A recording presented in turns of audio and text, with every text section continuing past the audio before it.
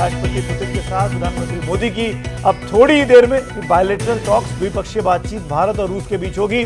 और ये सब तब हो रहा है जब जेलेंस्की प्रधानमंत्री मोदी को फोन करते हैं, करीब 48 घंटे पहले युद्ध खत्म करने की बात करते हैं। राष्ट्रपति पुतिन ने अपने एससीओ के स्टेटमेंट में आज फिर दोहराया कि जो कुछ यूक्रेन में हो रहा है उसके लिए नेटो कंट्रीज जिम्मेदार हैं, और भारत पर जिस तरीके से अमेरिका दबाव बना रहा है टेरिफ के जरिए, उस पर भी दोनों देश क्या बात करते हैं, क्या स्टेटमेंट आता है, वो भी उस पर भी नजर है। बिल्कुल, और इस बैठक पर नेटो की और ईयू की भी नजर रहेगी, जिस तरह से उसकी मदद लगातार यूक्रेन को मिलती रही है। इस बीच जेलेंस्की जब भारत के प्रधानमंत्री को फोन करके कहते हैं कि युद्ध विराम पर किसी तरह से पहल हो, और अब जब पुतिन से उनकी बातचीत होगी तो इस पर भी बात हो, तो सभी की नजरें हैं इस बायलैटरल मीटिंग पर। और Prabhu Dayal, major general Sanjay Meston और लेफ्टिनेंट सतीश दुआ, ये सभी जो गेस्ट हैं हमारे साथ, और इनसे बातचीत हम जारी रखेंगे। तो किसी भी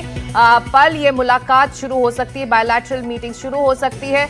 गौरी, हालांकि जो टैरिफ वॉर है और जो टैरिफ का दबाव है वो इन तीनों देशों को इस वक्त एससीओ के साइडलाइंस में साथ लेकर आ रहा है। टैरिफ जरूर एक बड़ा मुद्दा रहेगा, लेकिन कुछ अंदाजा, कुछ इंफॉर्मेशन कि इस बातचीत को किस तरह से आगे बढ़ेगी इस बायलैटरल मीटिंग में, और कौन कौन से मुद्दे रहेंगे जिस पर रूस और भारत एक टेबल पर बैठकर बात करने वाले हैं?